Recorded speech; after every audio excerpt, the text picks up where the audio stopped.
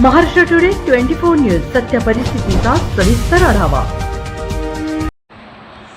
JCB ऑपरेटरच्या मृत्यूप्रकरणी Hyva चालकावर गुन्हा दाखल। प्रकरण संशयाच्या भोवऱ्यात।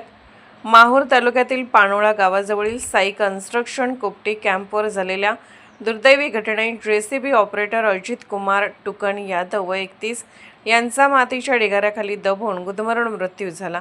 या प्रकरणी माहूर पोलिसांनी दिनांक 3 मे रोजी हायवा चालक अजय रामदास मलगाम वय 28 राहणार गोकुळ गोंडेगाव तालुका माहूर यांच्या विरुद्ध भारतीय दंड संहितेच्या कलम 281-125 बी व 106(1) अन्वये गुन्हा नोंद केला आहे।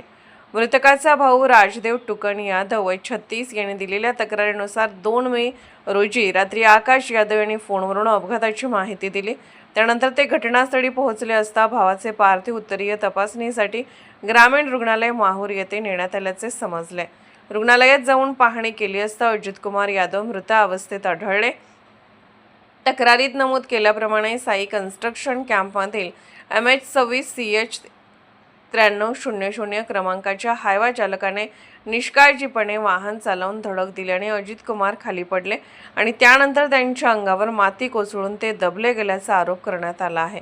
दरम्यान संशयित चालक अजय मलगाम याने मात्र दूरध्वनीवरून आपली बाजू मांडताना अपघातग्रस्त हायवावर मी चालक नव्हतो, मला नाहक गोवले जात आहे असा दावा केला आहे। पोलीस उपनिरीक्षक शरद घोडके यांनी दिलेल्या माहितीनुसार घटनास्थळी वीज पुरवठा नसल्याने मजूर व कर्मचारी इतरत्र झोपले होते। हायवा गाडी मागे घेत असताना माती अंगावर पडून मृत्यू झाल्याचे काही मजुरांनी सांगितले आहे।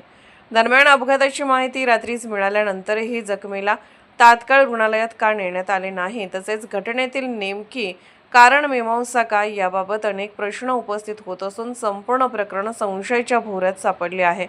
पुढील तपास सहाय्यक पोलीस निरीक्षक शरद घोडके हे करत आहेत। महाराष्ट्र टुडे मराठीसाठी प्रतिनिधी राजू दराडे, माहूर। आजच महाराष्ट्र टुडे 24 न्यूजला सबस्क्राईब करा आणि सत्य परिस्थितीचा सविस्तर आढावा पहा।